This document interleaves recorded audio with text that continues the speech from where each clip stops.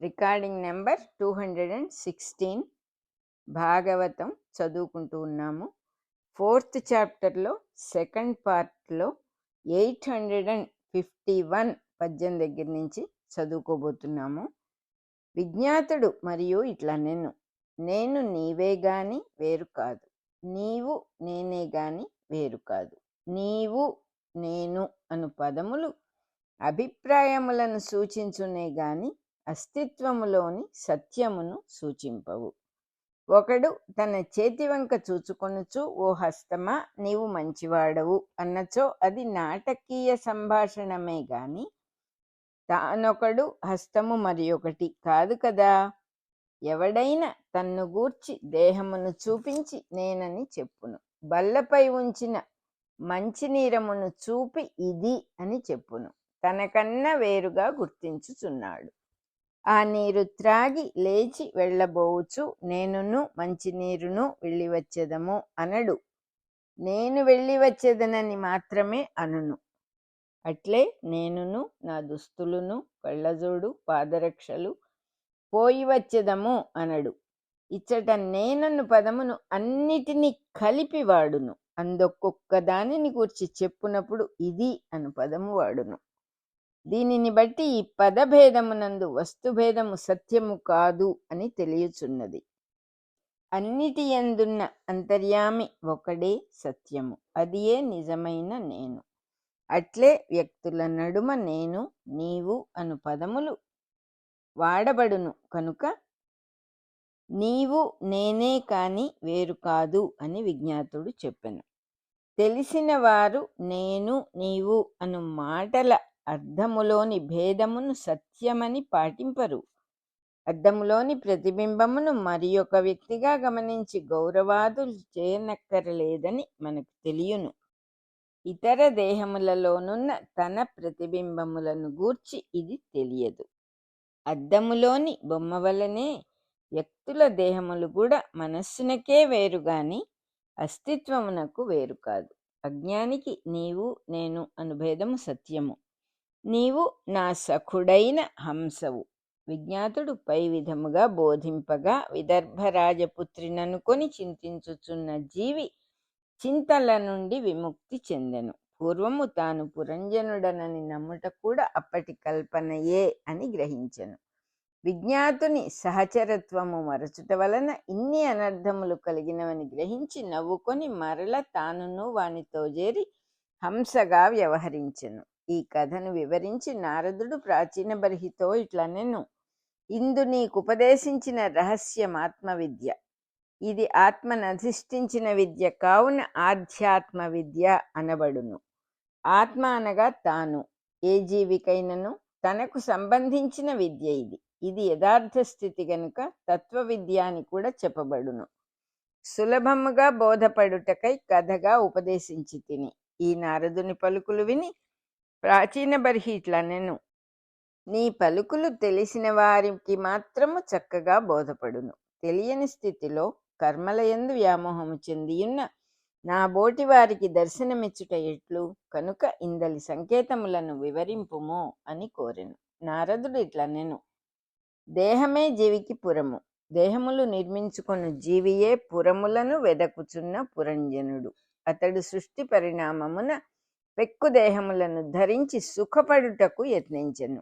అందుకొన్ని ఒకే పాదము గల జీవులు, వృక్షములని అర్థము. కొన్ని 2 పాదములు గల జీవులు, పక్షులు మొదలగునవి.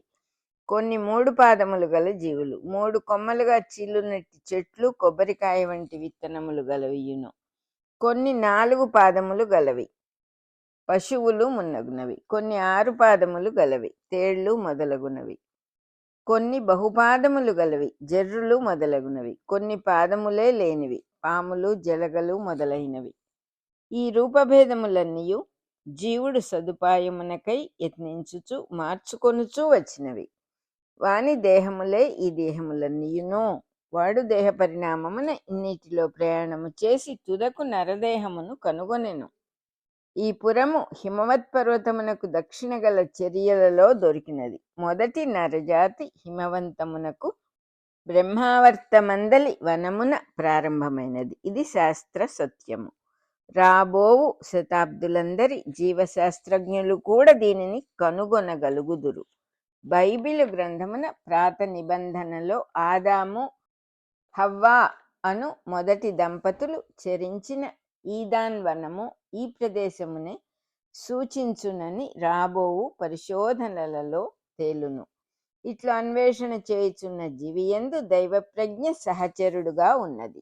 వానికి నామము రూపము లేకుండుటచే ప్రజ్ఞాతుడైనను మరుగుపడి ఉండెను. ఇక నరదేహము అను పురమునందలి నవద్వారములు మొదలగు వాటినన్నిటినీ వివరించి తిని, జీవుని ఈ నరదేహము నుండి భార్య పిల్లలు మొదలగు సంబంధములు ఏర్పరచుకొను విధానమంతయు ప్రకృతి వలన కలుగుచున్నది. నరుని దేహము నుండి వెలువడు త్రిగుణాత్మక ప్రకృతియే వికృతులుగా కల్పించుకొనబడును. ప్రకృతి వికృతి అనగా ఎట్టిది? చెట్టు కొయ్య వంటిది ప్రకృతి. దానితో మనము కల్పించుకొనిన కుర్చీలు బల్లలు వంటివి వికృతులు. అయినను వానికి వేరుగా పేర్లు పెట్టుకొని నీది నాది అని సంబంధములు ఏర్పరచుకున్నాము. మట్టి వంటిది ప్రకృతి. కుండలు కూజాలు మున్నగు వాని వంటిది వికృతి. అయినను వానికి వేరుగా పేర్లు కల్పింపబడినవి. బంగారము వంటిది ప్రకృతి. గాజులు మురుగులు గొలుసులు వంటివి వికృతులు. వానికి మనము కల్పించుకొనిన రూపములను పేర్లును వేరువేరుగా ఉన్నవి. గోధుమలు వంటిది ప్రకృతి. దాని పిండితో కల్పించుకొనిన రొట్టెలు చపాతీలు మున్నగునవి వికృతులు. ఇందు ప్రకృతి సహజమైనది, వికృతులు మనము కల్పించుకొనినవి. అట్లే సృష్టిలో ప్రకృతి సహజమైనది, చుట్టరికములు మొదలగు వికృతులు కల్పించుకొనబడినవి. నీరు వివిధ పాత్రలలో వివిధ ద్రవ్యముల సాంగత్యము పొంది కాఫీ, టీ, చారు, పులుసు, పానీయములు మొదలగు రూపాంతరముల నొంది వేరువేరు పదార్థములుగా చెల్లుబడి అగుచున్నది. అట్లే ఒకే ప్రకృతి జీవుల మనస్సులలో వికృతులుగా కల్పింపబడి చుట్టరికములు ఆస్తిపాస్తులు వివిధ సన్నివేశములుగా అంగీకరింపబడి సుఖదుఖములు కలిగించుచున్నవి. ఆయా వికృతి గుణములతో ముడిపెట్టుకున్న మనస్సు సంసారబద్ధయై చిక్కులలో పడును. ఆ చిక్కులను విడదీసుకొనుటకై యత్నించుచు శ్రమపడుట దుఃఖించుట చేయును. వానిలో నుండి వానిపై నుండి చూచుచున్నవాడు పట్టుబడడు. ఒక్కొక్కప్పుడు తెలిసిన తరువాత కూడా బలవంతముగా మరల పట్టుబడుచుండును. భార్యతో మొగమాటమే ఆమె ఎందు కల్పించుకొనిన వ్యామోహము వలన పుట్టును. అప్పటి నుండి తనకిష్టము లేకున్నను ఆమె చెప్పినట్లు చేయక తప్పదని నమ్మును. అట్టి అనుభవములనే పురంజనుని జీవిత కథగా చెప్పి తిని. పెద్దలు దేహమును పురముగా వర్ణించుచున్నారు. మరికొందరు దేహమును రథముగా వర్ణించుచున్నారు. ఈ వర్ణనము వేద ఋషుల రచనల యందు కనిపించును. ఇవి సత్యమును ఉపదేశించుటకు సులువు నేర్పునట్టి వాక్యములు. వానినే ఇతిహాసములు అందురు. రథమునందున్నట్లు దేహమున జీవుడు ఉండి అనేక గమనములు చేయుచుండును. నిద్ర, కళ, మెలకువ అనబడు ప్రధాన స్థితులు మూడింటిని అనుభవించుచుండును. ఇవిగాక చిల్లరగతులనేకములు గలవు, పొరపాట్లు మున్నగునవి. ఇన్నిటి యందును పొరగ్రమ్మి ఆ పొరల లక్షణములతో పనిచేయుచున్నప్పుడు జీవుడు అజ్ఞానిగా పనిచేయును. అప్పుడు చేసిన పనుల వలన బహువిధములైన దుఃఖములు అనుభవించుచున్నాడు. అవి ముఖ్యముగా అధ్యాత్మము, అధిదైవము, అధిభూతము అను 3 విధములు. గాజు పాత్రలో నీటిని పోసి వాడుకొనుట మాత్రమే తెలిసిన వానికి నీటిని మంచుగడ్డగా కట్టించు విద్యను నేర్పి చూడుము. అతడు అలవాటు చొప్పున నీటి వలనే మంచుగడ్డనెత్తి గ్లాసుపై కుమరించును. అది పగిలిపోవును. అనగా వికృతులను వాడుకొనున్నప్పుడు వాని ప్రాంతీయ ధర్మములయందు జాగరూకుడుగా లేనిచో కష్టనష్టములు తప్పవు. అట్లే ఈ చుట్టరికములు మొదలగు వానితోనూ డబ్బుతోనూ వ్యవహరించినప్పుడు కూడా ఎప్పటికప్పుడు ఏర్పడుచున్న వికృతి ధర్మముల జ్ఞానమును మరచినచో వాని యందు వ్యామోహం ఏర్పడి సుఖ దుఃఖములు కలుగుచుండును. దేహము 100 సంవత్సరములు జీవించినను అందున్న తాను దేహ గుణములకు సంబంధించినవాడు కాడు. అయినను తాత్కాలికములైన ప్రాణధర్మములు, ఇంద్రియ ధర్మములు, మనోధర్మములు తన చుట్టూను రంగుల గాజు పలకల వలె కప్పుకొనును. వాని నుండి స్వచ్ఛమైన కిరణము రంగులుగా ప్రతిబింబించినట్లు కోరికల కిరణములు పుట్టును. వానిని తలచుకొనుటలో జీవుడు కోరికలను తనవిగా నమ్మును. వ్రేలికి బాధ కలిగినప్పుడు నాకు బాధ కలిగినదనుకొనుచున్నాము గదా. రంగుల అద్దముల గదిలో ఒక పిల్లవాని నుంచినచో సూర్యరశ్మి అతనిపై రంగులుగా పడుచుండును. అతడు తాను రంగులు రంగులుగా ఉన్నానని సంబరపడి ఎగురవచ్చును. ఆ రంగులను తనతో కొనిపోవుటకు కోరిక పుట్టవచ్చును. సాధ్యము కాదు కనుక యత్నించి రోదింపవచ్చును. అట్లే భార్య, బిడ్డలు, ఇండ్లు, చెక్కు పుస్తకములు, సోఫాలు, రేడియోలు, కార్లు, సినిమాలు, క్లబ్బులు మున్నగు వాని నుండి సుఖమును మోసికొని పోవుటకై అహోరాత్రములు యత్నించి సాధ్యపడక ఏడ్చుచున్నవాడే సంసారబద్ధుడైన జీవుడు. వాని సత్యాసత్యములు గ్రహించి యుక్తితో వినోదించువాడే మోక్షజీవి. గ్రహింపనక్కరలేకయే శాశ్వతముగా వినోదించుచున్న పిల్లవాడే దేవుడు. తెలిసినవాడు ముక్తుడు. అతడు కర్మలు చేయును గాని చేయవలెనని కుతూహల పడడు, చేయకూడదని కూడా భావింపడు. కర్మల వలన అతనికి అహంకార మమకారములు కలుగవు. కర్తవ్యమొక్కటే సమర్పణముగా చేయును. అభిలాషలు లేవు గనక కర్తవ్యములు కాని వానిని చేయడు. పురుషుడు సహజముగా స్వయం ప్రకాశ స్వరూపుడు. అతడు స్వభావము చేత పరబ్రహ్మమే. జీవుడుగా దిగివచ్చుటలో సర్వశక్తి సంపన్నుడే, జ్ఞానస్వరూపుడే. తన నుండి వెలువడుచున్న ప్రకృతి గుణములలో ఉన్నప్పుడు ఆ గుణముల యందు దృష్టి గలవాడగును. సృష్టికర్మలో అంతర్యామిగా ఉండియు కర్మకు వశుడగును. త్రిగుణాత్మకములైన కర్మలతో కూడి చరించుచుండును. సత్వగుణమున ప్రకాశించుచున్నప్పుడు సాత్వికములైన కర్మలాచరించి ప్రకాశించును. వెలుగుతో కూడిన లోకములలో జీవించును. నేర్చుకొనుట, గ్రహించుట, ఇచ్చుట, వ్యాపించుట అను లక్షణములతో కూడి ఉండును. ఇవి సమ్మతించుట, సమాధానపరచుట, పరిష్కరించుట, సహాయపడుట, భూతదయ, శుచిత్వము అను లక్షణములుగా వ్యక్తమగును. ఈ ప్రజ్ఞలనే విరాట్ లోకములు లేక వైరాజములైన లోకములు లేక దేవయాన పదములు అని ఉపనిషత్తులు చెప్పుచున్నవి. వానికి వ్యతిరిక్తములైన గుణములు తమోగుణ ప్రేరకములై జరుగును. అపహరించుట, దాచుకొనుట, తానితరుల కన్నా ఎట్లు విశిష్టుడో గమనించుట, బద్ధకించుట, ఉల్లంఘించుట అనబడు గుణములు తమోగుణ ప్రవృత్తులు వ్యక్తమగును. ఇందలి అనుభవములను అసూర్యములైన లోకములు, అసూర్యమైన లోకములు, అంధతమస్సులు, నరక మార్గములు అని ఉపనిషత్తులు వర్ణించుచున్నవి. రజోగుణమున వర్తించుచున్నప్పుడు రాజసములైన కర్మలాచరించును. సాధించుట, జయించుట, ప్రకాశించుట, ఇతరులను మించుట, పేరు పొందుట, ప్రచారము మొదలగు వానియందు ఆపేక్ష కలిగి ఉండును. ఉత్సాహము, సాహసము ముఖ్య ధర్మములుగా ఉండును. పరిస్థితిని అనుసరించి ప్రవర్తించుట కాక తనకు మించిన కర్మాచరణకు సిద్ధపడును. చిక్కులు, ఇబ్బందులు పడి కష్టములు, దుఃఖములు అనుభవించును. ఇంకను తమోగుణము హెచ్చుగా ప్రవర్తించునప్పుడు తామసములైన కర్మలు ఆచరించును. కోరుట, ఈర్ష్యపడుట, ప్రతీకారము, దుఃఖము, తనకు లేనివానికి బాధపడుట, వ్యామోహము, మమకారములు, ఇతరులు తన మాట వినవలెనని ఉండుట, పట్టుదల అను మనోధర్మములు పీడించుచుండును. ఈ త్రిగుణముల కలయికలలో ఏది ఎక్కువ భాషించునో దానిని బట్టి పురుషుడుగానో స్త్రీగానో పుట్టుచుండును. తమస్సు హెచ్చుగా ఉన్నప్పుడు ద్రవ్యములు అచేతనములైన పదార్థములుగా భాషించును. సత్వగుణము ప్రాధాన్యము వహించునప్పుడు దేవతాలక్షణ సంపత్తితో జీవించును. రజోగుణము ప్రాధాన్యము వహించినప్పుడు నరుడుగా జీవించును.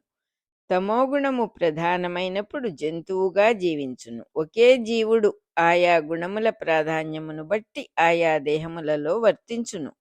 తన ఉద్దేశ్యములను అనుసరించి చేసిన పనుల ఫలితములకు అనుగుణముగా జన్మలెత్తుచుండును. చేసిన పనులకు తగిన ఫలితముగా సుఖమో దుఃఖమో అనుభవించుచు ఈ అనుభవముల పరంపరనే తన జీవితం అనుకుని అనుభవించుచుండును. నడవడికి తగిన మృత్యువును పొందును. కర్మచక్రమున పడి ఫలితముల రూపముగా పుట్టుచు చచ్చుచు మరల పుట్టుచుండును. కోరికలు పెంచుకొనినప్పుడే నీచ స్వభావముతో పుట్టి నీచ జీవితం అనుభవించును. కోరికలు దాటి జీవించినప్పుడు ఉత్తమ జీవిగా పుట్టి అట్టి జీవితమునే అనుభవించును. కుక్క ఆకలితో బాధపడుచు ఇంటింటికి పోయి అన్నమునకై వెదకును. ఒకచోట కర్రదెబ్బలు తినును, ఒకచోట అన్నము దొంగిలించుకొని పోయి తినును. అట్లే కోరికల ఆకలిచే పీడింపబడు జీవి తన పూర్వకర్మననుసరించి అవమానములను సౌఖ్యములను కలగలుపుగా పొందుచుండును. ఇట్లు నడిపించు కర్మఫలమే సంసారబద్ధునకు దైవము. అంతకన్నా పైన దైవమున్నాడనినను దానిని వాడు గ్రహింపలేడు. కర్మల ఫలములనుభవించుచు దైవము తన్నిట్లు చేసెనని చెప్పుచుందురు. తన కర్మఫలములుగా పొందుచున్న దుఃఖములకు ప్రతీకారములుగా మరికొన్ని పనులు చేయుచుండును. దానివలన దుఃఖము యొక్క వైఖరి మారునే గాని దుఃఖము తొలుగదు. బరువులు మోచుచు నీచవృత్తితో జీవించువాడు నెత్తిన మోయిచున్న మోపు బరువును భరింపలేక కొంతసేపు భుజములపై మోచును, భుజములు మార్చును. దీనితో బాధాస్థానములు మారునే కాని బరువును తానే మోయుచున్నాడు కదా.